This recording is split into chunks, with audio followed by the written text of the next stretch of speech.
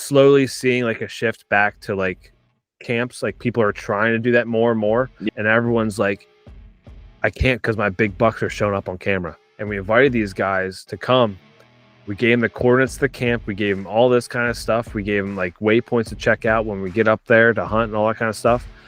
And then like a couple of weeks before, they're like, we can't come because we have bigger ones to chase up in Erie County. It says you can't buy woodsmanship. You can buy this t-shirt on my website, www.anfcustomcalls.com. Welcome back to Hunt This Season. On this episode, I sat down with Kyle Allen. This one's going to be a little different. It's a very opinionated-based podcast. We talk about trail cameras. I run primarily just standard SDs. I still like running SD cameras, but this year I did find myself checking them more often than I would like to. We talk about that in this episode. We talk about kind of the stories that we've seen throughout the year with the cell cams. A lot more cell cams have been hitting the woods. Pretty much a surveillance hunting is what we feel is going on right now. Now, I won't be putting trail cameras out necessarily in a lot of the places that I want to hunt that are close to home, just because I feel like I would just check them too much and I'm just hunting the cameras too much. And we talk about that in this episode. But as this releases, rifle season has ended. Hopefully you guys had a really great season in rifle and early archery season. Late season here coming up. If you still have a tag, if you still have a doe tag, if you still have a buck tag, whatever. I might go out a few times here and there for the evening, but that's primarily it. Hunt some ag that's close to me. Try and pretty much get off work early, go into the woods, find the fresh feeding sign, set up on that fresh feeding sign with the wind, all that kind of stuff, and just do that. But primarily, I got a doe down this past weekend. Actually, as I'm recording this, it's Tuesday right now. So I'm going up to Ethan's camp for the last weekend of rifle season. There's supposed to be some good snow up there, fresh powder up there. I'm going to be taking the stand with me and the sticks, and I'm going to be going in pretty much all day. I'm going to be in the woods just scouting, finding that fresh sign. I might set up in a tree and just try that again. I really like doing that with the doe I got out of the stand. That was the first deer I got out of the stand and the saddle ever, so that was pretty cool. But this episode, purely opinion-based podcast. So if you do not like a conversation with opinions in it, hopefully you guys enjoy the episode, and hopefully we don't scare you off with the conversation. Go check out A&F Custom Calls, which Kyle owns. If you want some turkey calls, he has a shirt on there that says that also is Camp by Woodsmanship. And then also check out the partners affiliates in the description of the podcast. Really hope you guys had a great season, and if you still got a tag, get out there and punch it, and enjoy what nature provides for you. Thanks for listening, guys. Don't shame that game. See you guys. Everyone who's listening to this is a purely opinionated based podcast that it's going to ruffle some feathers, and that's okay. Yeah, for sure. Yeah.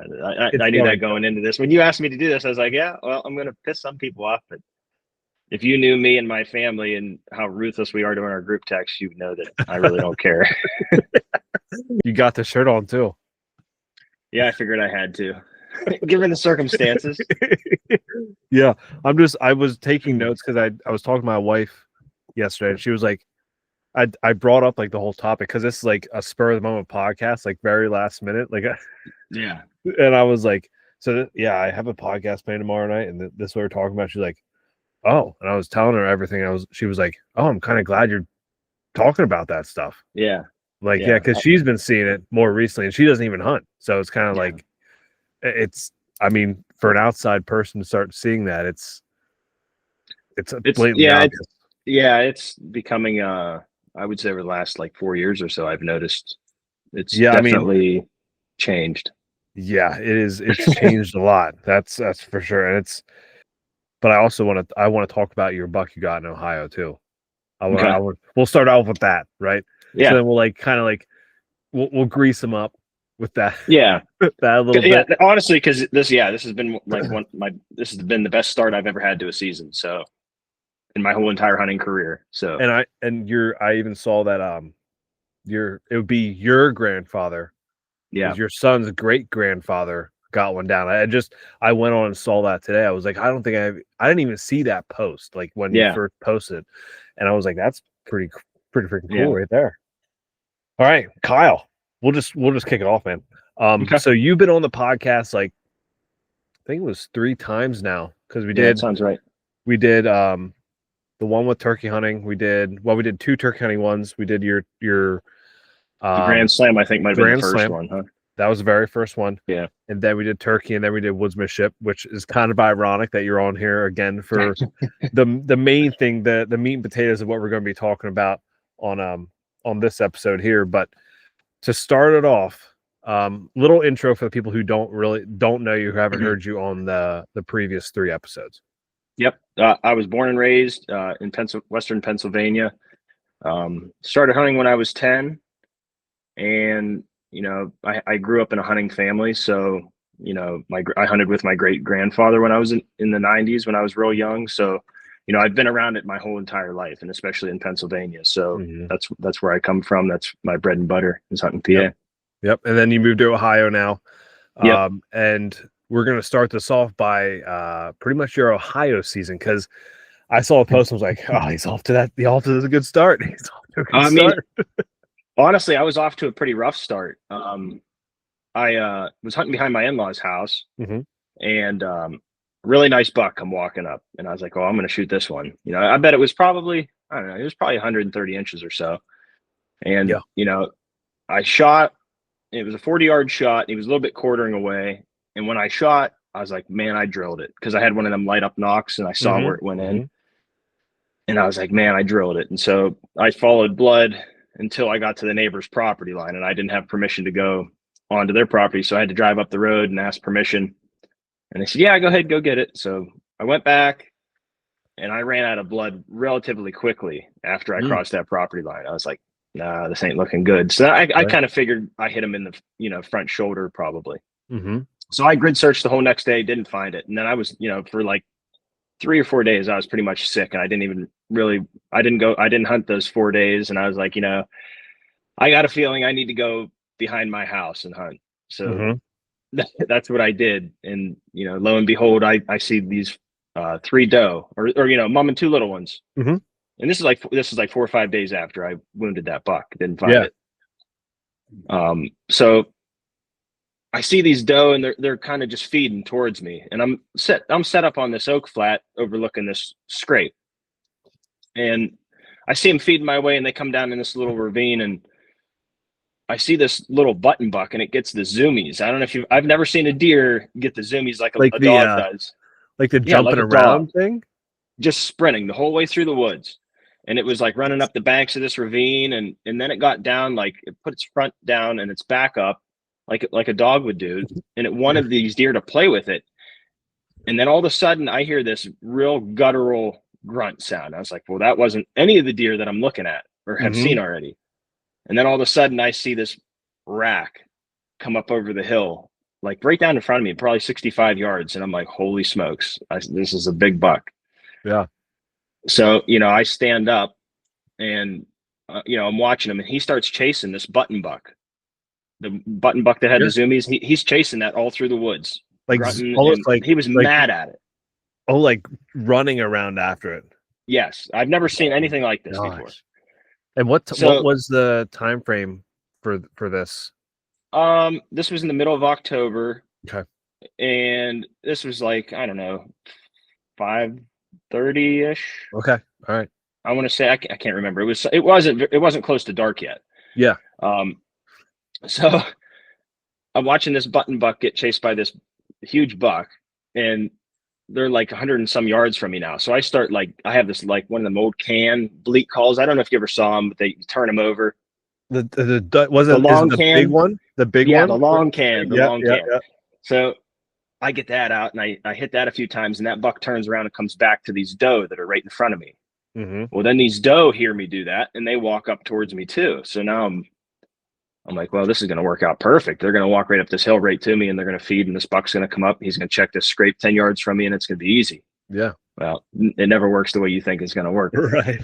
They worked. The buck came back, and those doe worked down that ravine. They crossed the creek and went, out to this field. and that buck came down. He followed him, and so I'm like, "Oh, this is over," And I forgot my grunt call, so all I have is this bleat call, and so I'm sitting there, and he's like 150 yards from me, and I'm like, last resort, I just start grunting with my mouth. I start going, yeah.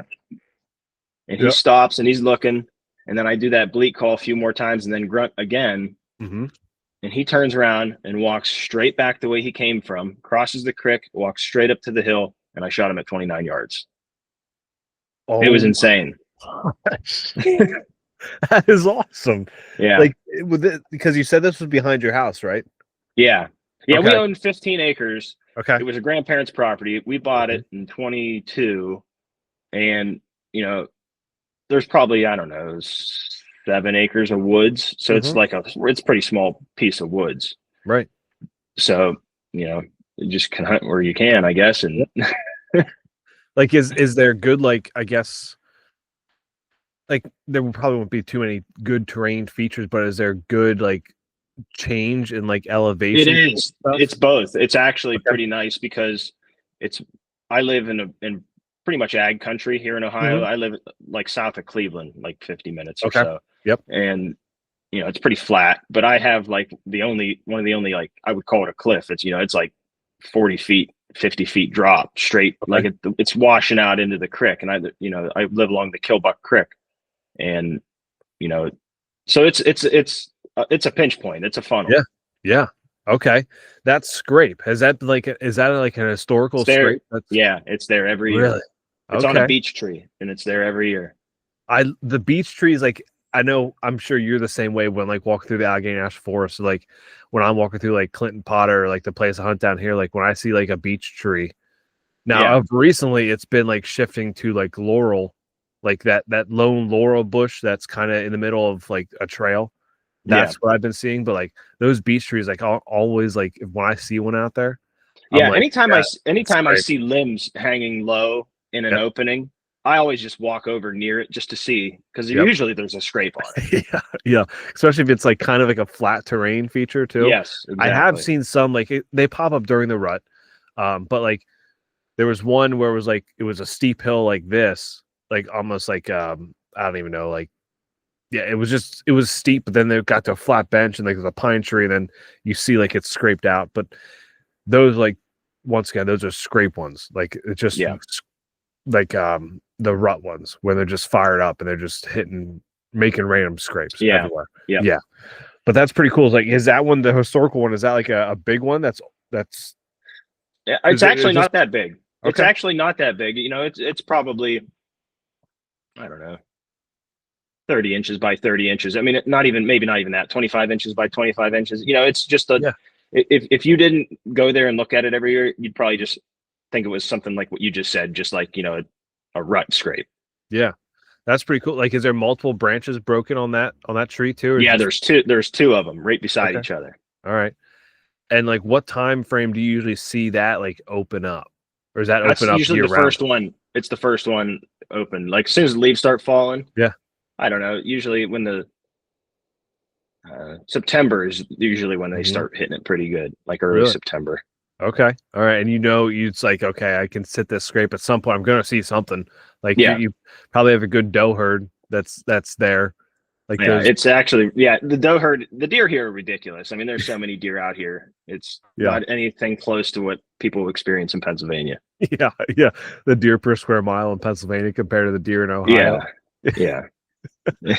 And then, so that was a good one. Then your son was able to come out with you to, so he helped me on that one. So when he came down, he's like, he saw me down in that little ravine. That's where it died. And he saw me and he goes, I want to see.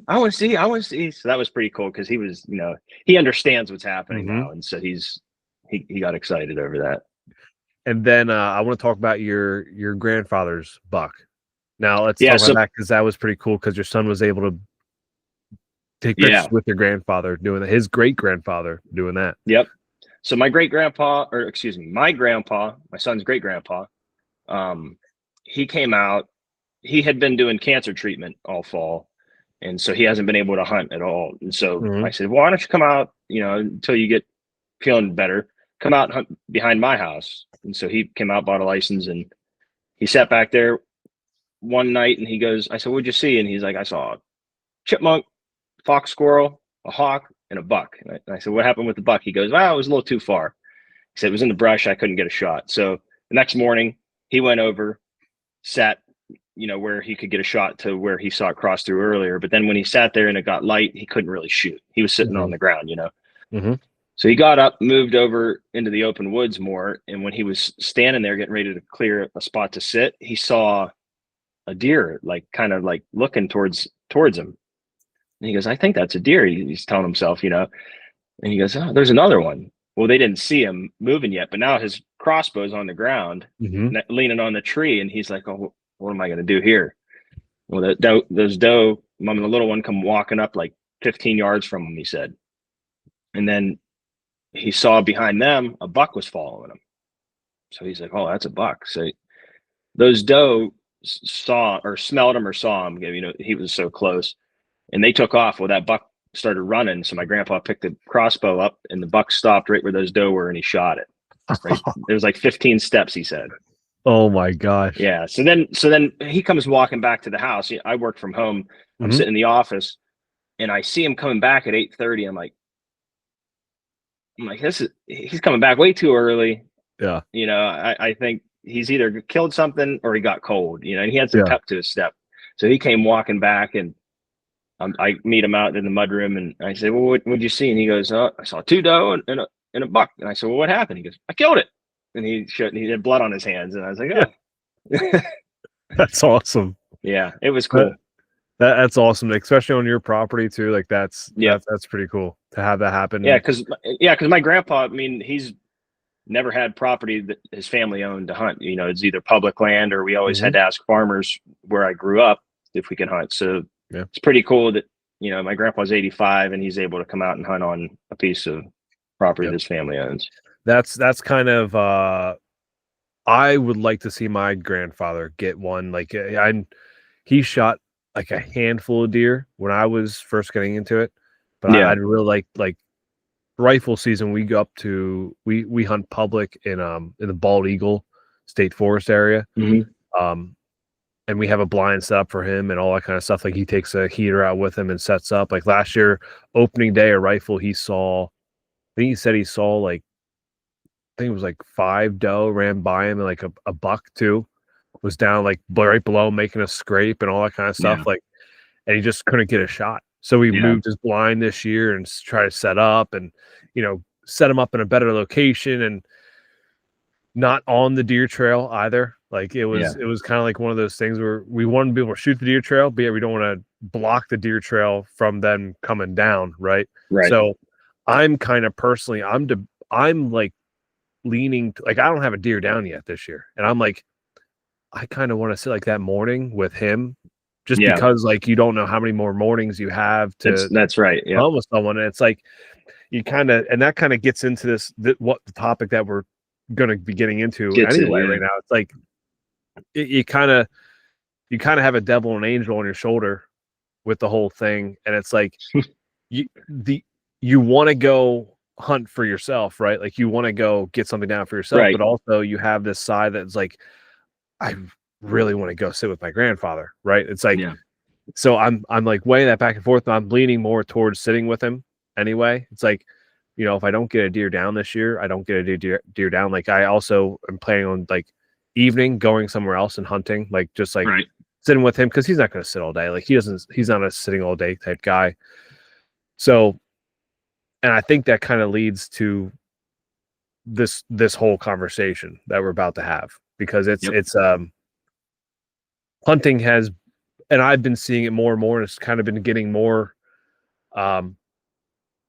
frustrating, I think, because it's like you want to say something, you want it to change back to what it used to be, like even for me too, like as a kid. Like, and how do you do that? What's the conversation to get there is the question.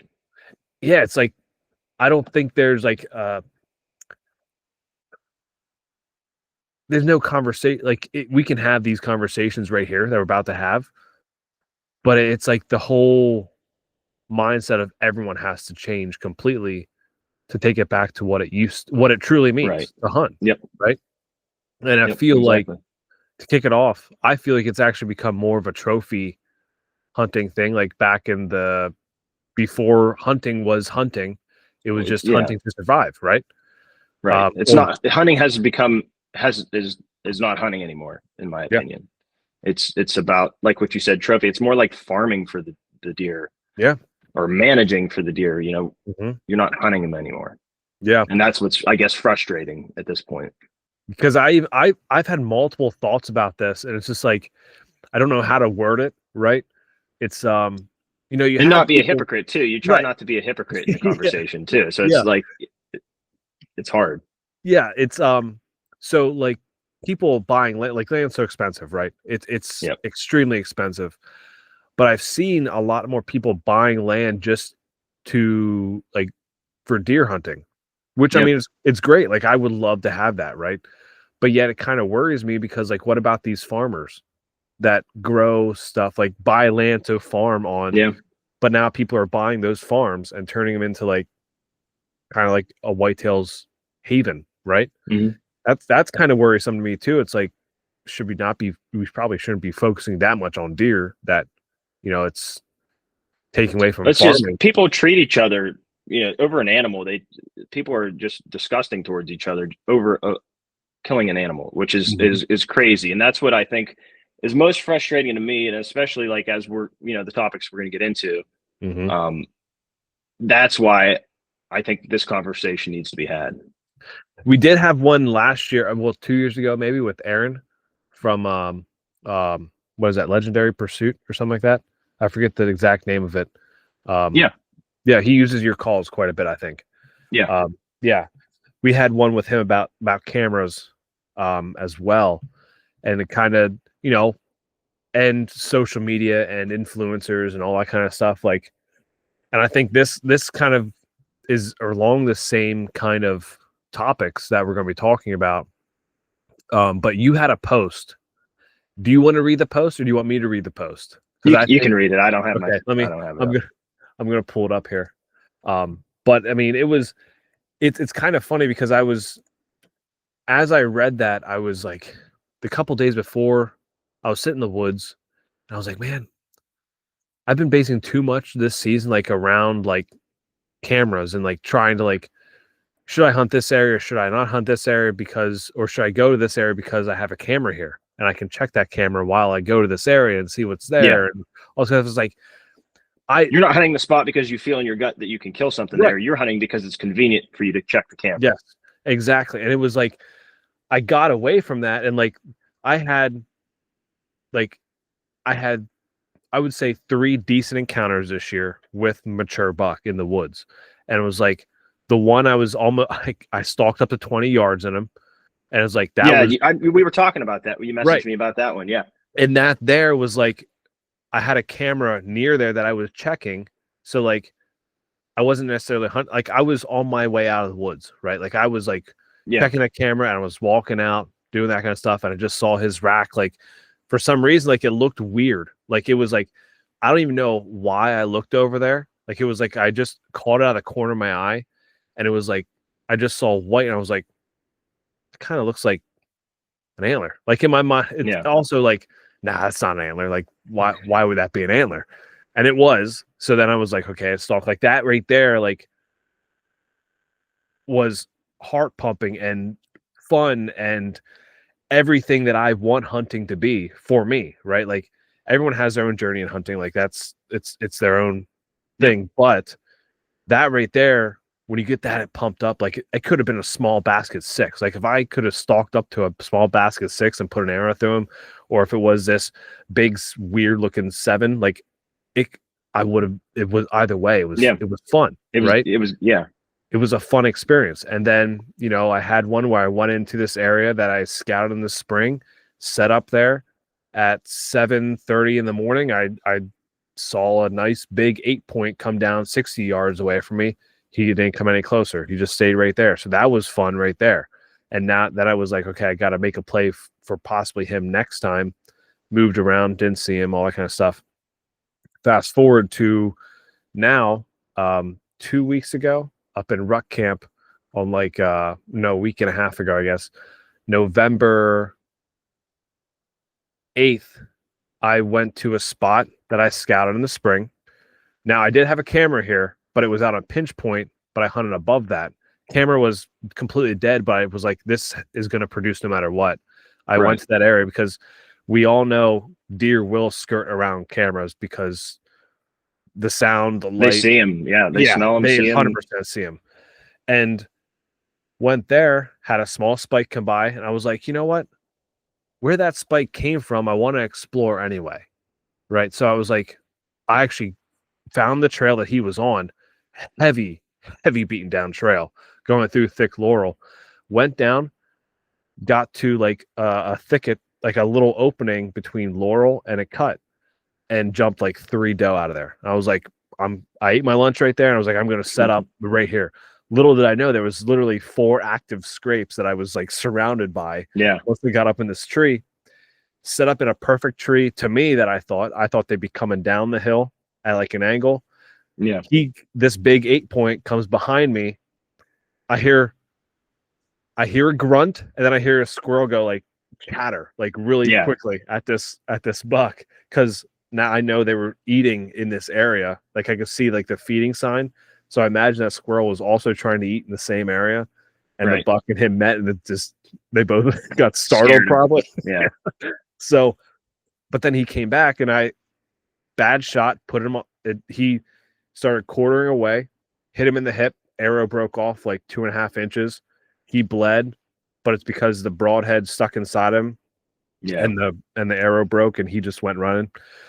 But like, that was a heart pumping experience. Like that there was like the two main, stalking and setting up in a spot I never scouted, just found the sign, set up. It was hot sign, and went off that intel.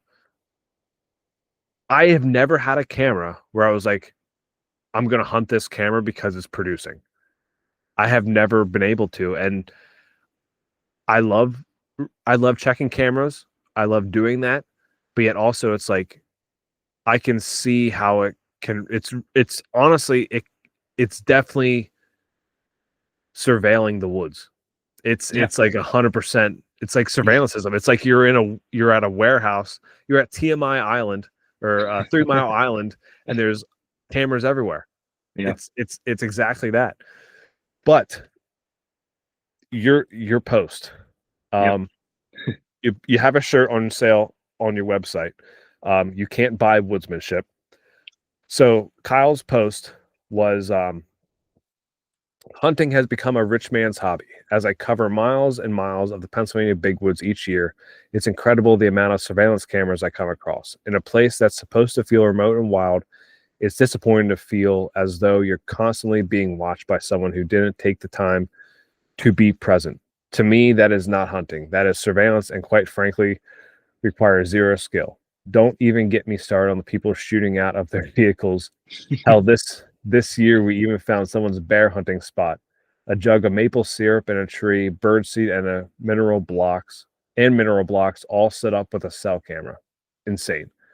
But I mean, that's pretty much the gist of it right there. Yeah. Like that's the main, and you go on about fair chase and all that kind of stuff, which I can see that, especially with cell cameras, and give you instant notifications or live reviews of that. The baiting, I think it goes hand in hand with the cameras, because I've often thought this is like, I think people are so enthralled with big bucks and will do anything for a big buck because they see how popular someone can get from a big buck, right? Yep. On social media, on brands, everything like that, that they will, when they get a big buck on camera, they will, if they don't have him back on camera, they will do anything. And I mean anything to get him back on camera. Yeah. And a lot of times people will do anything to kill the buck, whether it be legal or illegal, as long as they can post that picture on Instagram or Facebook or whatever, arms extended. Look how big this buck is I shot, that's what a lot of people, and that's where we're getting away from what it means to hunt. They're more worried about the end result. And honestly speaking, I mean, 180-inch deer anymore is not that impressive. Like if you go on Instagram, like there's hundreds of bucks that are getting killed now. Back in the 2000s and 90s, when you saw those bucks posted somewhere or a picture of them, they were rare. But back then, people weren't using cameras. They didn't have drones. We didn't have, you didn't have a lot of the technology that you have today. Yep. So, I think as more and more technology, and I think we need to be careful with this as a hunting community, that as more and more technology gets introduced, it's a more slippery slope of what becomes fair chase and what's not. Yeah. I mean, I even with boots on the ground scouting, right? Like I love doing that. I love just exploring in the woods. I think that's the thing I love most about hunting is the exploring aspect of everything. It's like, I love the whole process leading up, and it means so much more. Like I think there's been multiple episodes where I've talked about like when you're able to scout an area out, when you're able to put everything together, when you're able to come home. Like I love maps, right? Like I love topo maps. I love my own axe. Like I literally will scout an area that I may never hunt just because it's like, maybe I'll go there. But you're not, now you understand the terrain. Now, right. You're right.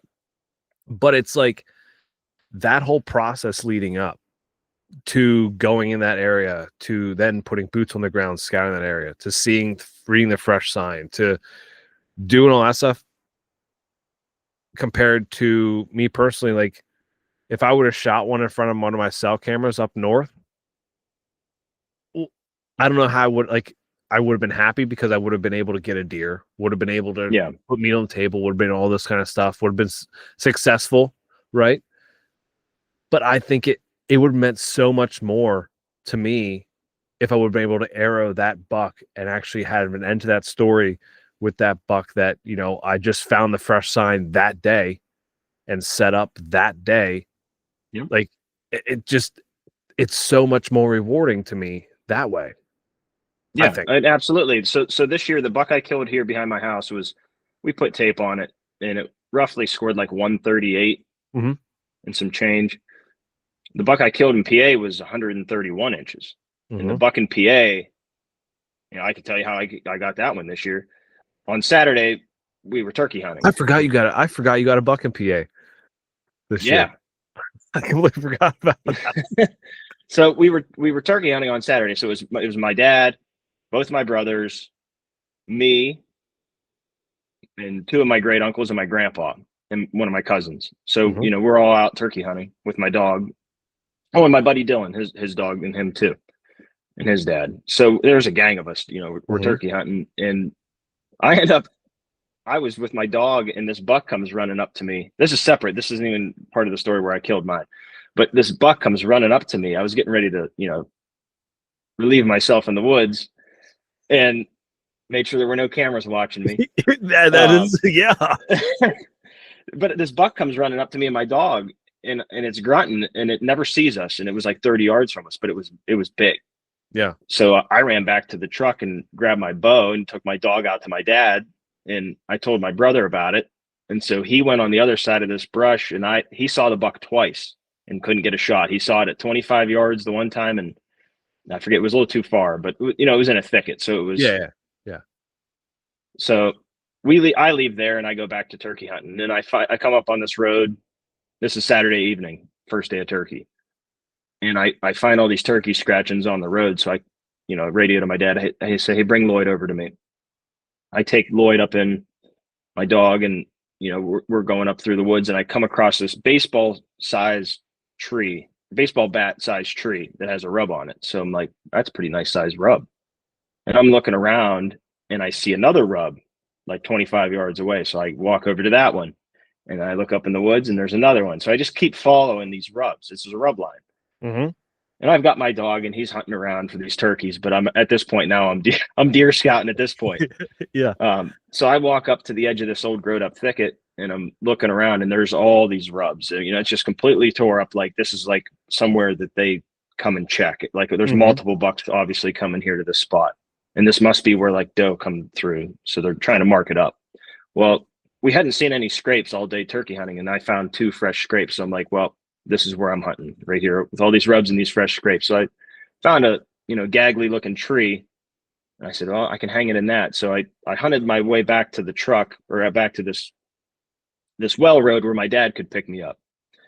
And while I'm walking, I see this massive scrape out in front of me. Like it looks like something just peed in it. Like it's all dark, and I was like captivated. I walk up to it and I could tell that it's been like doctored with some stuff. I'm like, I like put my hand on my face and I turn around and there's a cell camera right on me. So I'm like, and this is like 200 yards away from where I just found all this sign. Yeah. So I walk out of there and I asked my dad, I said, hey, you think I got time to hang a stand? It was like 5:30 at this point, 5:30 in the evening. And he goes, why not? So I hurry up, didn't take any weapon with me. I just took my stand back because I had quite a walk. And I got it hung at like 6:10, 10 after 6. Normally you'd be sitting in the tree hunting, but I'm hanging a tree stand. But I figured I'll just come back in the morning and hunt it. Yeah. So I wake up the next morning and I wasn't sitting there an hour, and I was just blind calling every 15 minutes. I was just grunting. Well, all of a sudden I heard something walking to the east of me, and it was like 100 yards away. So I grunt again. Well, this thing turns and walking right at me. Well, it was this buck, real nice buck, and it's walking directly to me. And at this point, I can't draw back because I'm only like 17 feet in the tree. Mm-hmm. And it's facing right at me. So he knows something's up. And then he looks up at me and he's trying to make me out. And I'm trying not to let my breath, give me away. So I'm like trying to keep my breath down. Hold your breath. Yeah. So he finally turns around to leave. And when he does that, I draw, and he could hear the arrow sliding across the rest, and he took off, and he got out there at like 75 yards and stopped. And he turned around and he's looking back towards me. And I'm like, he doesn't know what just happened. He didn't know that I was there. And he thinks that buck was just trying to come get him. Well, he turned around and came right back. And I ended up shooting him at 36 yards. Oh my gosh. So it was wild. Let's build a hypothesis here. Do you think that buck was what that guy with that cell cam was trying to get? Oh, I guarantee you. So that's what I was going to get to. So I just killed the biggest buck I've ever killed in Pennsylvania. That was my biggest Pennsylvania buck. Mm-hmm. And, it's still smaller than it's my third biggest buck I've ever killed. And it's not even the biggest buck I killed this year. Mm-hmm. But that feeling of, hey, not even 24 hours ago, I just found all this sign and just came in here, hung a stand, and I killed this animal. Mm-hmm. I outsmarted it. I called it in. That's woodsmanship to me. Like putting out 10, 20, 30 cameras and, which buck am I going to kill? Or, how are they going there? They seem to be going in front of that camera more. I'm going to hunt there. Mm-hmm. I think if people experience what I experienced, they would ditch the cameras. Yeah. I mean, like that feeling is just like, it's like winning the World Series. I bet. Like, it's just like, dang, everything worked out the way I thought it would. And it's kind of like that whole, being surprised. Like exactly. That too. Sense of wonder. Like you never know what's behind the tree. Like we know now that there are really good deer in Pennsylvania, right? Yeah. And you can set a standard. Like my standard for this year is out past his ears, right? Like that's like to its ears or past is like my minimum, right? So it's like if you have your own standard for things, like you don't need a camera to show you what kind of buck is in the area. Like let it be kind of like I'll admit I have a good amount of cameras. Like I have more than probably what I should have, to be honest. And it's like after that encounter with that buck up north in Potter County, I was like, I just want to pull all my cameras and just like let him go, like and just like I'm not. You can only hunt one spot at a time. Yeah, it's like what all these cameras? It's like, okay, I'm building history with this area over here, but like, why not just like go there when I feel like I want to hunt? Like if I have a standard for a buck. When you're out checking cameras, that's less time you in the woods when you're driving to that next spot. Because especially in I think on private land, you do what you want. Like people on private land, that's do whatever you want. But like on public land, like you shouldn't feel like you're in a surveillance state while you're in the Pennsylvania wilds. Like, I think that at this point, like, something needs to be done. And, you know, I'm on board with if there could be a change where there's no public land cameras, I'm all for it, because it just takes away from, you know, the feeling when you're on public land, like what it's supposed to be. You're supposed to be free, and you're not free when you constantly are worried about walking in front of someone's camera. Well, that was my next question, is like, what should, like, because it's going to be, it's going to be, it would be one of those hard things. There's a few states that get banned cameras. Like, I actually have them all right here. There's 5 states okay. that have banned cameras. Kansas, on all of state land. Arizona, statewide, it's banned. Utah is public land only, it's banned. Nevada, it's banned on public land from August 1st to December 31st. In Delaware, it's banned on state land. Okay. So there's absolutely no reason that you couldn't pass it. Like, there's no federal regulation that says you can't. That, I mean, I could see that being a good way to do it, and to like start the ball, maybe do like, okay, you can hang cameras from like if you want to get a good idea of what's in the area, right? Yeah. So during the summer, if you just want to know what's in the area, because the buck obviously are going to move. Yep. So if you want to know what's out there, I think that's a good thing, you know. But I think too, you know, I go past cameras that have numbers like 16 or 32. I'm like, does this mean how many cameras are out from this dude? You know, like, is this? So then the question becomes, you know, he has that set up on a nice scrape that I just walked, you know, 1.5 miles, and I just found it, but there's a camera here. Now, this is the most fresh sign. If I come in and hang a stand here, am I going to have to worry about this guy coming to check this camera and screwing my hunt up if he comes to check this camera? And it's public land, the guy has the right to do it, but I mean, that's is a different story. Or B, is he going to be pissed off that I'm hunting over his camera? And is there going to be an argument that, like, he's like, well, didn't you see my camera there? Like, like I think not only does it take away from what it means to have woodsmanship and fair chase, but also, like, you know, I feel like a lot of people would get mad if you hunted over there. And I think people, if they argued with me on that, I'd totally say no. wrong. Yeah, I mean, I will not lie. I got upset this year when I saw someone else's camera near my camera. It was like, man, like, I had a camera here. Like, why did someone else bring here? But then, like, you take a step back and it's like, it's public land, it's man. Public, and it's like, it's like people can do what they want to do. Like, I could literally go to a spot with my mobile setup, set up somewhere, and there could be a ladder stand 60 yards from me during rifle season, right? And like, I get in there before light, and this guy comes in 10 minutes before, gets up in his stand, and then I click my light, but he had a stand there. Like, you can't privatize, but you can't privatize public land. Like, just because you set a bucket in the woods does not mean that's your spot. Just because you put your ladder stand in that spot does not mean that's your spot. You need to be the first person there that morning if that's the spot you want to hunt. Otherwise, you're a dick for hunting over somebody else.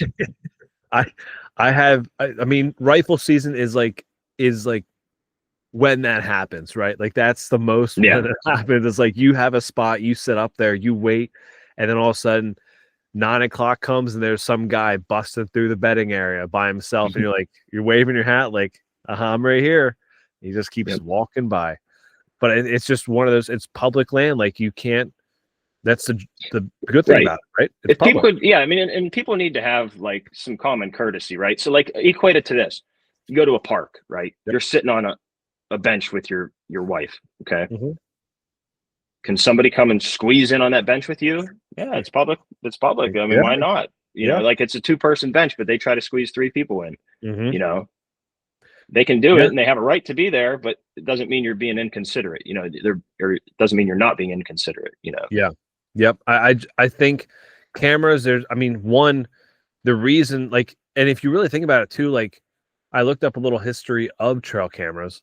Late 1800s was one, like, the first, like, trail camera was late created. 1800s or 80s?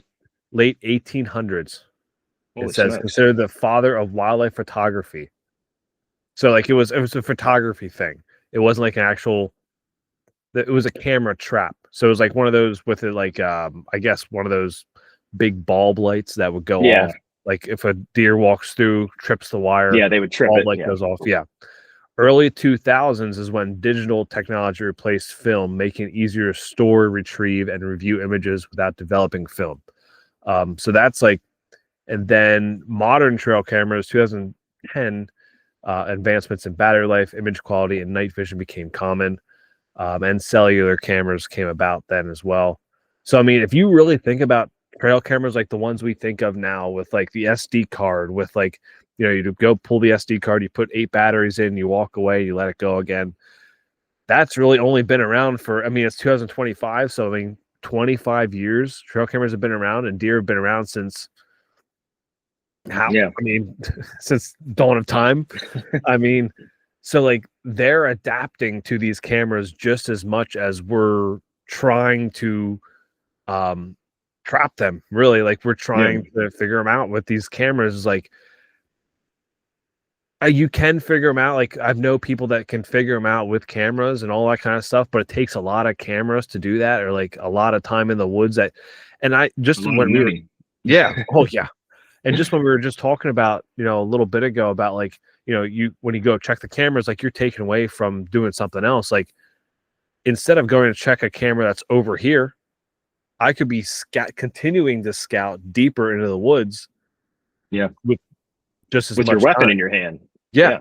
It's like you take away, like you might be checking over here, that camera might be completely dead, no deer around this area at all. And they're back here where if you would have just kept, if I would have kept going in, I could have set up on one. It's like we fall back on these cameras so much to, you know, thinking we should hunt these cameras. And I have it messes with your head.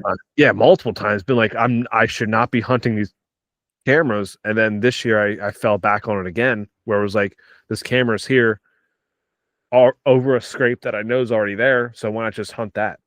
Right. Yeah. It's like, I keep falling back on it. It's like, I'm just going to pull them from the woods and just say, F it, and just hunt the sign. Like, that's what we, go ahead. Almost like Cody DeQuisto, right? Like if you don't set up at all, you don't set up at all. Like if you can't find the fresh sign, then just don't set up. Like it's like, don't waste time setting up on something that could be hot. Go set up on something that is hot, and you have good intel on that and set up. Like who cares if it's for an hour, right? The last hour of light. Like I've thought about that. Like the amount of time that I've wasted sitting in a stand because I had a trail camera there and because there was a scrape there, just waiting for something to walk to that scrape. I could have been walking 5-6 miles already and just been scouting, or like I could have walked another 200 to 500 yards and found better sign and been better set up. It's like that's what I think. Like when we turkey hunt, like that's what I do is I'm deer scouting while I'm turkey hunting, you know? So like, you'd be amazed at the sign that you can find. And I think people are so worried about scaring deer and bumping deer, and like up there, you know, in the big woods, they're not going far. You know, and hell, I was in there the night before with my turkey dog, and he's running around 150 yards from me, you know, setting it up with dog scent. You know, and that buck didn't care at all. You know, that buck was running around with your dog. Probably. But like, I mean, to your point about spooking deer, like you'll spook doe. You will 100% spook doe. Like when I shot that buck on the 8th and was tracking him, I tracked him for 3 miles. Like I was following his trail. Now I know where I'm setting up this actually tomorrow. It's kind of, I'll get into that later after this conversation, but I'd spooked doe. They ran straight up the mountain, right? They're blowing, going up the mountain. As I'm tracking this buck going down the hill at like an angle, I look up and there's an even bigger buck 80 yards from me, just looking back at me, just like waving his tail like this. Doesn't even care. Does not care at all. Just stands up out of his bed. Like I'm talking like massive rack. And that's the one I'm going in there for tomorrow. So, but like, and pure white too, dude. Like it's the whitest rack I've ever saw in my life. Like, and coke, like face is like this. Like it's he's a big good one. Yeah, I'm like, I'm gonna make a 3.5 hour trip just to try and get him. So but like you said, like he was not spooked because he knows that he's safe right there. And he knows what time frame it is. He knows it's archery. He's know that someone ethically won't take an 80-yard shot in the woods. Like there's people out there that might take an 80-yard shot at a big buck because it's a big buck and they want to, you know, post it and do all that kind of stuff. But they're not going to spook unless it's like rifle season. They will 100% spook from that. Like they know what time it is. But it's hard to wrap your mind around that. I think even for me, like I'm like you said, I'm afraid I'm going to spook them. Like spook them out of there, and then they're never going to come back. I'm never going to see that deer again in my life. Yeah, I think they don't go. They go until they know that they're safe because they're evading predators all the time, whether it's bear, coyotes, bobcat, whatever. You know, they're always on the run, but they're not. Doesn't mean they're going to check out and go to the next mountain over because there's another bear or a coyote over there. They know that, so they're just going to stay where they're comfortable. Yeah. I mean, cameras. I think, you know, it's going to be hard to try and get rid of them or like try and like. I think it's going to take people realizing that, you know, I keep chasing these cameras, I keep chasing these pictures, and it's like Ryan Glitsky, like he ran a bunch of cell cams before, and then he kind of got away from them, and now he's going back to standard, and then it's like it's a slow process sometimes. Like for me, even like it was like I was running cell cams, and I went down to standard, and it's like. And then you have encounters without cameras, and it's like, okay, I don't really need cameras. Like cameras I don't need to hunt with cameras. Like I just need to hunt. And I think it's just that process of people realizing that they don't need them to hunt. I think a lot of people just like seeing the animals that are in the area too. Yes. I think that has a lot to do with it. I mean, I'm not saying that all these people are like being unethical and not fair chase. I know a lot of it has to do with the curiosity and seeing, you know, what's in the area. But I think it like I said, you got to be careful with how much technology you let in to something that is supposed to be about skill. Like you're at the end, then like I said in my post on, you know, on Instagram, it's more about the process it took to get there. It should be more about the process it took to get there. And your self-gratification should not be the size of the animal, but that, hey, you know, I just ended this thing's life and this is what I did to do it. And do I feel good about it?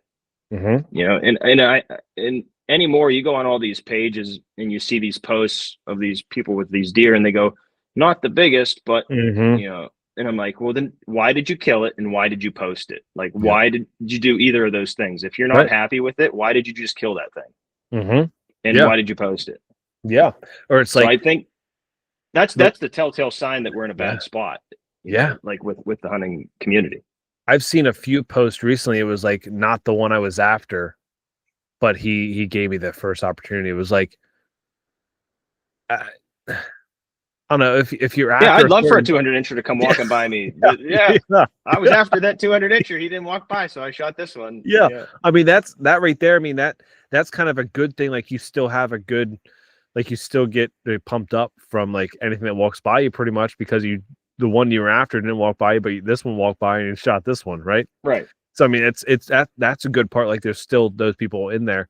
I did hear today on a podcast that was recorded a long time ago, or not like a year ago. This guy sits like he hones in on a buck that he wants to hunt. This is in Pennsylvania too. He hones in on a buck that he wants to hunt. He ends up putting 25 cameras around this bedding area that he thinks this deer is bedding in. And then he makes a plan to go kill that deer because he knows like when he leaves this way, when he leaves this way, when he leaves that way, this way, like all kinds of stuff. That's like hunting to me. It's like, man, like that's like, and I guarantee you those aren't like aren't SD cameras that you go in there and check. It's like those are probably cell cameras that like sends him an alert when he gets there so he can stay out of there as much as possible. And it's like, do you really need those cameras? Like if you know that deer is bedding in that area, do you really need it? Like the deer is going to play the wind. Like he's going to come out. Was it fair? That's the question I would have. Was that fair to that animal that got that big by eluding all these people, and then you went in there with 25 surveillance cameras and found out which way he was going and you killed him? Is that an accomplishment? Or were you happy with the fact that you got to hold the buck out in front of you on Instagram? Yeah, that's the question I would have. I think it was more about like, the trophy hunting. I think that's what it's about at that point, because it's like, I actually did talk to this guy at the parking lot that I hunt in, and that's what made me look into this guy. And then I heard that, and I'm like, man, like I don't like that. Like, I don't like the fact that you hung 25 cameras around this deer to figure him out. When if he's bedding there, like just you find his routes that he goes out and he goes in. Like the most likely, like in my mind, like when you find that, you're gonna see a rub coming out, you're gonna see a rub going in, right? Like in my mind, like when you find a bed, like when you found that when you shot the PA buck, like you found those rubs letting too thick cover, and then you're like, I'm gonna set up right here, like right near this thicket, kind of. Yeah. Just play the wind, and like if he comes out, won't you feel so much better knowing that, like, okay, I found this bedding area, I know he's bedding here, like now it's time to like kind of like nut up or shut up, right? Yeah. It's like trust your gut. Is this the right did area? You make the right move or didn't you? And you got to live with that, and then you learn. Like that's what it should be about. I think that's the fair chase aspect. Like that story that you just told is a perfect case in point, Yeah, I heard that and I was like, I don't think I'd have like I don't think I'd want to do that. Like that would be like, I'd want to be fun. But some guys do like that. I mean, that's some guys they get the rocks off to that, is that they got it, and hey, look at this is how big of the one I got. Yeah. And to me, like when I follow a lot of guys that on social media that they they're filling tags every year, and they're not huge, but a lot of them are using like recurves and like, so these guys are woodsmen getting on all this stuff.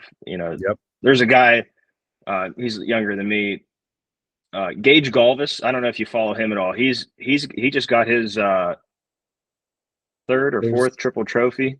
There's a guy actually. He's a heck of a hunter.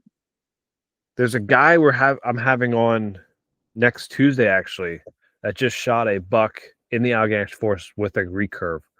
And it was snowing and all that kind of stuff. And I think I know who you're talking about. I think I follow him.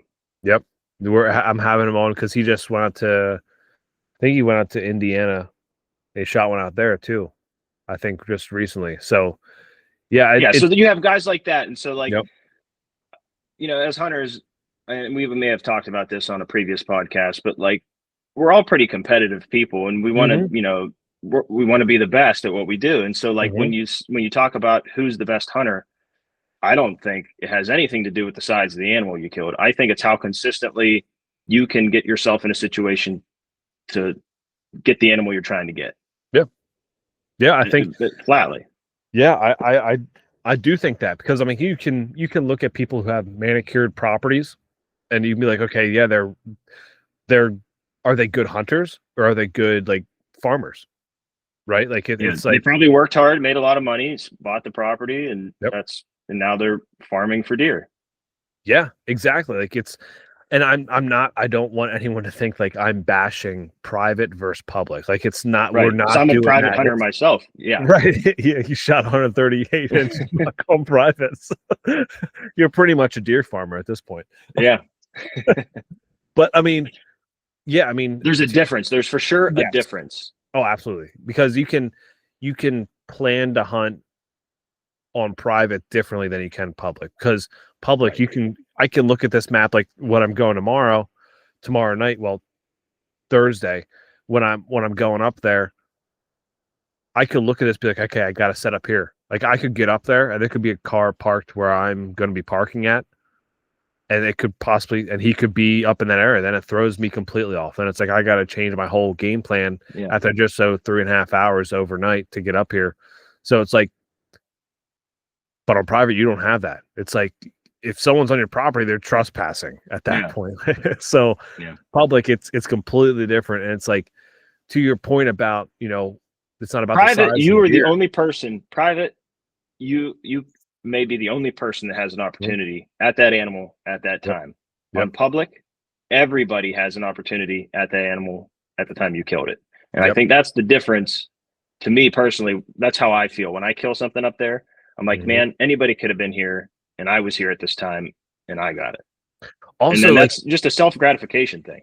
When you're hunting the big woods, Allegheny National Forest, Potter County, Clinton County, Tioga, northern Pennsylvania tier type big woods settings, with low deer density, with all that kind of stuff, when you get in there, especially in bow season, if you're up there and you're put an arrow through a 2.5-year-old and older or whatever you want to shoot, like even a doe, like, man, like that, you could have been the first thing that deer has ever seen. Like you could have been the first person that deer has ever seen, depending how far back you are, but now it's like, yeah, you could have been the first person that deer's ever seen. But now with cameras and everything like that, like someone else has seen that deer before. You post it, someone's gonna be like, oh, I have this many pictures of that deer. And it's like kind of takes away from like, oh, I thought it was the only one to see this deer, all that kind of stuff. It's like I said at the beginning, it's a devil and an angel on your shoulder. Like I love cameras because I love seeing what's in the woods. I love seeing, like when I get a picture of like a 600-pound bear in the woods, I'm like, that's freaking scary. I don't want to be around this area now. Right. And I take my camera down. And then, or you get a really massive buck on camera. It's like, oh, that's pretty cool. Like that makes me want to go after that kind of caliber of buck. But the whole surprise aspect and wondering thing of like what's behind this tree and all this kind of stuff, it's like that's what I think I enjoy more. Doesn't make you second guess killing the animal either. Right. You're like, you know what? This thing got me shaken. I'm here to kill this thing. Yeah. I'm here for a buck. This is the buck I'm going to shoot. That's it.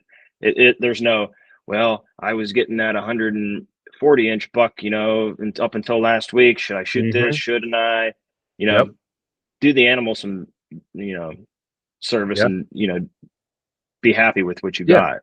It's like that one picture. I wish I could pull it up or describe it better than I'm going to, but the guy, he shoots a respectable 8-point buck, like out past his ears and all that kind of stuff. He's getting down there, like about like putting a tag on it. Then he looks up behind him and there's a massive, like 180-inch buck behind him, just looking at him. Yeah. It's like, oh man, it's like one of those surprises. Like, yeah, you could shoot a buck. It's down right there. You're happy as can be with it. And then all of a sudden this other big buck, like that happened to me. That happened to me in 2021. I shot a 125-inch buck and probably 135-inch buck came running up behind some doe right after that, after I hit the ground. God. It's like, in that, it was like, if you have cameras and then you second guess yourself at that moment, it doesn't make it as enjoyable when you shoot that buck. But like you get down, you shot this buck, you're happy. You're like, yes, I got a buck down and all that kind of stuff. Like it's a really nice buck. This other buck comes in that's bigger. I would, like, if I didn't have cameras, I'd be like, oh my God, I can't believe that just happened. Like, I got an amazing buck and now a bigger buck just came by. Like, what? Yeah. Like it makes.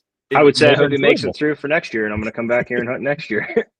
Or call up your dad and be like, hey, let's. That's more or less what would happen is I'd call one of the guys at the camp and they'd go in there and hunt. Yeah. I mean, I think I'm going to be doing that this year. Is just taking my cameras down in the area I hunt and just like letting them go. Like maybe up my camp, maybe my parents' camp, I'll run some cameras just to see like what's in the area up there. Like that's purely just rifle, and then take it down during rifle season. Just check them at the end of the season. Like it's just like I think it's definitely one of those things that less cell cams in the woods would be a heck of a lot better, I think, because you don't have to worry about shitting and getting caught on camera. Like that's, or taking a piss. And we joke about that because as of recent, we have been, it's like it's sad that it's come to that you can't even take a crap in the woods and not have to look around to make sure that there's not a camera looking at you. Well, not even that. It's like when you find hot sign, you're looking around and be like, okay, where's the camera at? Like that, what I do all the time. I did that all fall here. Over 4 days I did that up there. I was like, and I probably crossed paths with at least 7 cameras Mm-hmm. in 4 days. Yep. Yeah, So, it's definitely one of those things. Like I found a water hole, like not near the creek at all, and all that kind of stuff. And I was like, it was like an open in this laurel, and I was like looking around, like there has to be a camera here somewhere. Like where is this camera at? Like this, you got to have a camera on this, and there was no camera there. I'm like, man, surprised no camera there. But you find a really good scrape, and it's all of a sudden there's a camera there. Like I mean, I've done it. And a lot of those community scrapes and stuff, I think and newer people that come into the area and start hunting it, I think they don't realize that there's probably other hunters that already know about this spot. Yeah. So, by you hanging this camera there, one of two things is probably going to happen. You're either going to keep going in to check it, and it's probably potentially going to screw it up. Mm-hmm. It might screw the spot up, or you're going to have a confrontation with someone that's mad that you're hunting over their camera, like we talked about earlier. Yep. And I think, I had that happen this year where it was like I had a really good area. I mean, it could have been in the Oaks too. Could have been the Oaks dropping in their bedding area. Who knows? But like running cameras on the same places I had cameras last year. And it was just like, nothing on camera. Now, deer could have been skirting it too, which I think they were 100%. Yeah. It's like the cameras really add that much value to like my experience in the woods. I don't think so. I think they take away from my experience more than anything. Because it's like, I would agree. I keep checking them. My brother was hunting. It was like either last year or the year before. He was archery hunting, and he was calling this buck in, grunting him in, rattling him in. And these two guys coming back to check their camera heard this all going on. They didn't even have a bow or anything with them. Yeah. And they were just walking over to see what the buck was doing. They heard all the noise, and so like they walked up on this. Yeah, because they were checking a camera. And they ruined your his hunt because they molested his hunt. The buck ran off. God, see, I don't understand that. Like, why would you go? And they probably, and the point is that they have the right to be there. It's public land, but they wouldn't have been there. They would have probably been hunting where they were hunting in the morning. Yep. But they stopped hunting and were checking cameras. Yeah. So that's like the point is like the cameras take away from your time with a weapon in your hand. Mm-hmm. I don't understand that. I would never go into the woods during hunting season without a weapon in my hand, because you never know. Like the whole stalking situation where that buck, was checking a camera on the way out, but it's like if I didn't have my bow with me, I never would have been able to put a stalk. I would just would have looked at him and said like, oh well, can't do anything about it, right? It's like always take the weapon in with you, no matter what. I think I would always do that, like no matter what. There's a few things I want to touch on. We already touched on that baiting, the poaching type thing with the cameras. I think it's because social media and the big bucks and all that kind of stuff. Like people want to get famous from it. Trophy hunting, we touched on that. I've seen a lot more. Even my wife has seen this too. Like hunting for content compared to just hunting for like. Yeah, that's me. I've seen that a bunch this year, dude. Like it's I'm like, and Howie Miller brought up a really good point when I posted that one story the other day. People they're so focused on buck, right? But they're not worrying about herd management. So like you're shooting all these buck, but yet and then you're going out to other states to shoot more buck. But yet you're not shooting any doe in those states. You're not even shooting doe in your home state then, because you have all this meat from the buck you've shot in the 7 buck you've shot in other states. It's like, what do you have to manage the herd? I think if you shoot a buck, you should try your darndest to shoot a doe in that same WMU or at least your home state, to try and balance that herd a little bit, right? Yep. Like that's huge, man. Like I've seen that so much this year of like people just going to different states to get content because they want to post it on their YouTube channel to make money off of it. And get free stuff from company. And it's not even just for buck, it's, that extends to turkey. Like spring turkey, I think has gone wild. Yeah. And I can be part to blame. I hunt with, Chad Claycomb, we'd film, and, I'm sure that had some influence on people that were like, hey, I'm going to start traveling around to go. So, I mean, I just think, yeah, I noticed Ohio increased their non-resident license significantly. Yep, and I think a lot of states, you're going to start to see that with a lot of non-resident tags. I would hope so, because I mean, PA hasn't really increased their tag prices for non-residents too much, right? Like it's still, it's more expensive than, well, no, I don't, it's not really. I think I paid it was like 180. I got a bear tag, I got an archery privilege, and I got my general license, and it was like $184. Yeah, but it cost my grandpa to come here and shoot that buck. It cost him $400 and some, and he's like, Christ, I could have bought a side of beef for that. Could have bought half a cow. Yeah. Yeah, I mean, $184 for non-resident. I mean, I paid. And you can kill a fall turkey, a buck, and a spring turkey for that. Yeah. And a bear. And the bear. Yeah. So 4 animals, and my grandpa could only kill 1 buck. And the doe tags are only $11, I believe, for non-residents too. Like it's I didn't get a doe tag, so I'm not sure. So I mean, that is, you could also get a doe tag for PA and still you're below $200 for a tag. And then you go to another one I was looking at is Virginia. You can get everything, an archery and a 3-day license for under, I think it's under $200 also. So it's like, I think if you increase the non-resident prices of tags, you'd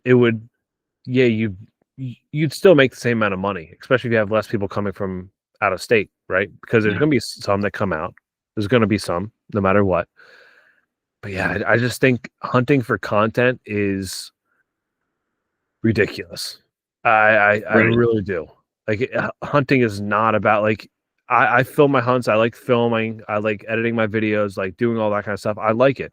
I'm not going to, also I have a family, so I'm not going to be like, okay, if I shot one in early October, I'm going to go now to a Midwest state to hunt. Right. You still have to balance your family life with what you want to do with hunting. Yeah. I don't like, I feel like when you start doing that, when you start going to all these states to try and fill tags and make content and all this kind of stuff, it kind of like, at that point, it's another job. It's like, if you don't get one down, if you go out, if I come out to Ohio, right, spend $400 to go out there, drive out there, stay at a campground, all that kind of stuff. I'm at a grand at least to go out there. And then it's like, if I don't come home with something or like produce some kind of content to make that money back,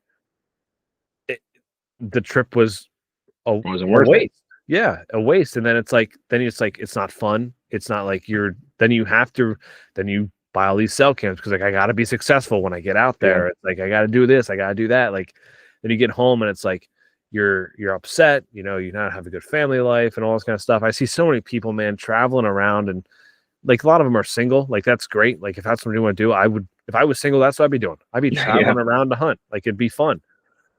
But, when you have a family, I think people put so much of priority on hunting that it's kind of like, man, you have a family. If you want your kids to get involved in this, like, don't take it so freaking seriously. Yeah.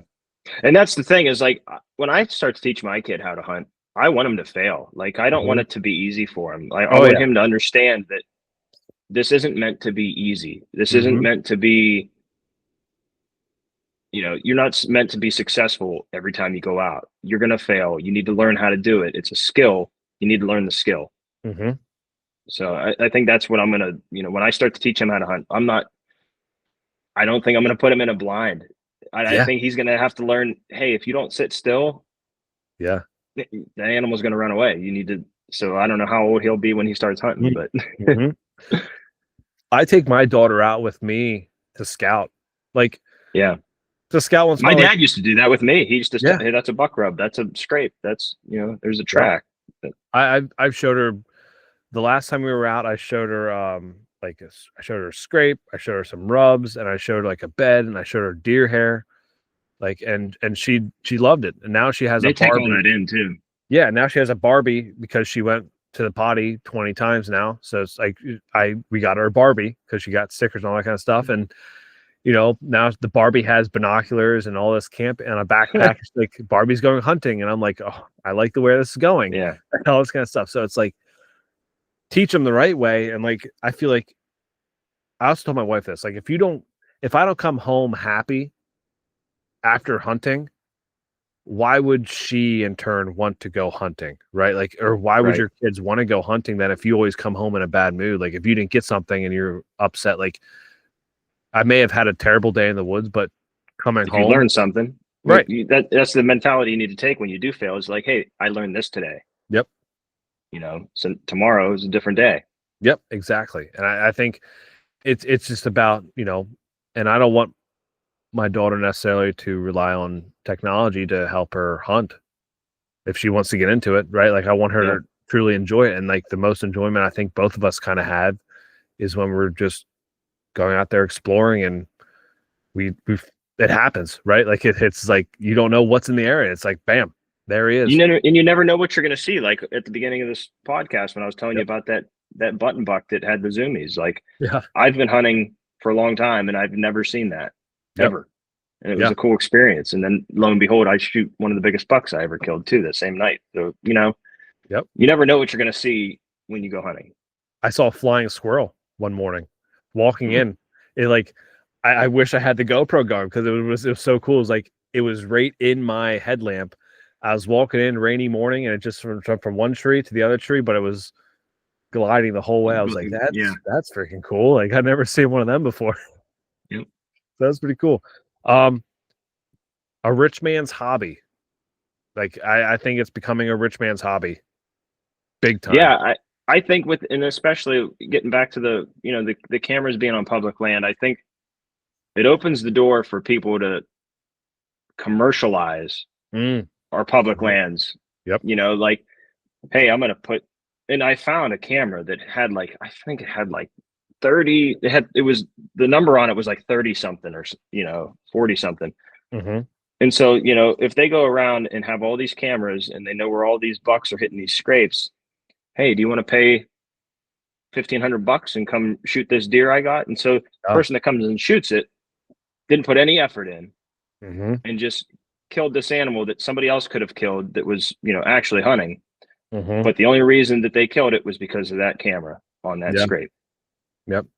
Now, do you think, because I mean, I've talked to Steve Shirk a few times, a guide in the Allegheny National Forest. Do you think that would kind of be the same thing, like being a guide in the public land? I'm not saying don't be a guide. I think you can still have guides, but I don't think that the guide should have the opportunity to have a surveillance camera.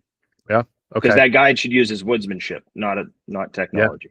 I agree, because I mean, out in Illinois, like it's different because it's on private, right? Like if you're going out Midwest and you have a guide and like they're on private, like you're the only ones going on that right. That's different. Like this is what I'm speaking to is strictly for public land. Public land. Yeah.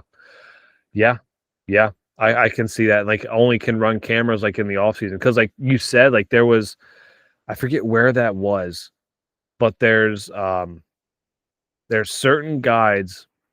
I think it might be in Canada or Alaska or no, it was, no. It's one of the states out west, Utah or something like that. Which ones were banned out west? Is there any banned out west? Kansas, Arizona, Utah, Nevada. They're basically all out west except for Delaware. Delaware is the only one here on the east side. This might not be an all inclusive. This is just what I could find. I think it might be Arizona and Utah. But I think there was outfitters that were posting like old trail cam pictures of like deer that were already harvested, saying this trying to get people to come out. Right. And they're paying for those pretty much those pictures. Like when you book with them, you're seeing this stuff right here that's on the website. It's like that's what I'm coming out there to get. And I think that was the main reason why they banned those cameras out there, because they were like kind of like scamming the people coming out. Mm-hmm. Yep. So I think that's a major reason why they shouldn't be. If you're a guide, if you're a guide, you probably should not have cameras, just because if you're making money off of public land resources. Yep. That's my opinion. You shouldn't have. Yeah. I don't think anybody should have them on public land. That's my opinion. Nobody should have them. Hey, okay. So I looked. I went to Merriam-Webster's dictionary. Okay. And I looked up a few terms, and I'll read them to you. Okay. Hunt. Uh-huh. To pursue for food or in sport. Another definition for hunt. To traverse in search of prey. Okay. To traverse in search of prey. Mm-hmm. In the first part of the definition, there was the word pursue. Pursue. To follow in order to overtake, catch, or kill. Mm-hmm. Okay. Surveillance. Close watch over someone or something. Mm-hmm. Yeah. Those first two definitions were nowhere near the same as that last definition. Yes. Yeah. So what does it mean to hunt? Surveillance is nowhere near the same definition. No, you're right. I think, I think they are definitely surveillance cameras, and I mean that's what they're sold as. Really, like that's like I've seen. You can call it a trail camera, but what it's doing is surveilling. Like that's what it's doing. Yeah, yeah. I mean, it's also. I really truly think that no matter what kind of camera you put in the woods, no matter if it's the newest camera that has like the quietest whatever, like deer are going to see them. Deer are going to find them. They can smell the batteries. They can, yep. They can smell all that. They know what's going on. I mean, I have a really like one of those really big old Bushnell cameras. Like I bought for like this guy was selling like 3 cameras online for like $30, and I was like, I'll buy it, whatever. I hung it up north. Literally the day after I hung that camera up. No, the night after I hung that camera up, it was ripped down by a bear because it smelled the battery. Yeah. Probably didn't like the way that camera smelled at all, and it tore it down. Like it was, they can smell them. Like I've seen that a lot on Facebook. People posting, bears messing with their cameras, or hey, I found it laying 30 feet from the tree I had it on, but there's claw marks and teeth marks on it, so you know what happened. But those animals can smell all of that stuff that's foreign, even the stuff that's natural. I mean, their noses are incredible. Mm-hmm. Yeah, I mean, even underestimate it. Even if you're going out scouting, like you don't have to hang a camera. Like if you're scouting in the summertime, the biggest thing to look for is look for the feed trees for the early season. Look for scrapes. You can still find scrapes in that summertime, but look for the licking branch. If you find a licking branch that's broken down, that's where I need to start doing that too. Is like instead of hanging the camera over and freshening up that scrape, just like make a note of that. Be like, okay, mark it down on my mapping app, move on. Like it's like, okay, at some point maybe in the early season I'll come by here, see if it's opened up, and just keep going. I think that's definitely what I want to do next year, even though it's going to be harder now because I'll have 2 kids now compared to just one. Yeah. But rifle season is probably going to be my bread and butter next couple of years, and that's what I'm going to rely on. There's nothing wrong with that. Like, nope. I think I hate when people get mad over people using crossbows. Mm-hmm. Like, I would rather see somebody not use cameras and kill one with a crossbow than I would see someone shoot one with a compound that was hunting over cameras. Like, it doesn't matter the tool that you use once the animal is within your range. I think it's like back to the whole process it took to get that animal into the range. Yep. Is the woodsmanship. After that, whatever's going to kill that animal the quickest way possible, I'm all for. Yeah. And I will tell you this. So this is probably going to come out the week of rifle season. So the opening that Monday of rifle season, probably going to drop. I've been thinking for rifle, I always hunt like the typical, like where you would hunt for like archery, right? Like it's like flat, everyone goes there. I'm going to the thickest, nastiest terrain because I think that's where they go. I think you just got to, what I do is I think about what's happening in the woods that day. Mm-hmm. You have thousands or hundreds of guys in that area are all going to these spots where the deer are already at.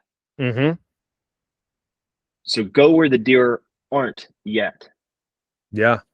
So for that, do you kind of, I don't know how to put, like, do you wait? Do you get in there at dark o'clock, or do you kind of like wait it out to see like kind of where everyone else is going? And then No, because no one ever goes to where I go. So okay. yeah. So you kind of I don't, have because like you have your trails, like you have those, like your, I don't know what you'd call them, your community holes. Yeah. You know, I stay away from those because I did it once and it was chaotic and not fun and or safe. So yeah.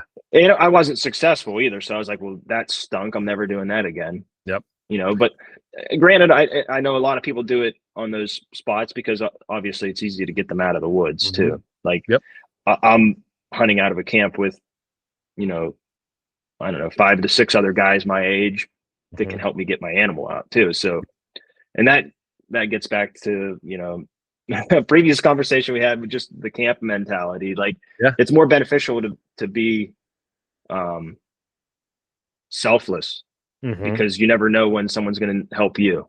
Like my buddy Dylan he stopped turkey hunting to come help me drag my buck out this fall. You know, but that's what you do when you're hunting out of a camp. You go help your buddies. Yep. That's what we did for Ruck Camp. One of the guys got a buck down, and I was back in there helping him pack it out till 8 o'clock at night, and we got back to camp, and everyone was like, oh, "I'm tired, just want to go to sleep." Yeah. So we ate quick and went to sleep. Do it again the next day. Yep, exactly. Do it again the next day. But yeah, I mean, the camp mentality is a big thing. I mean, I think that's going to keep.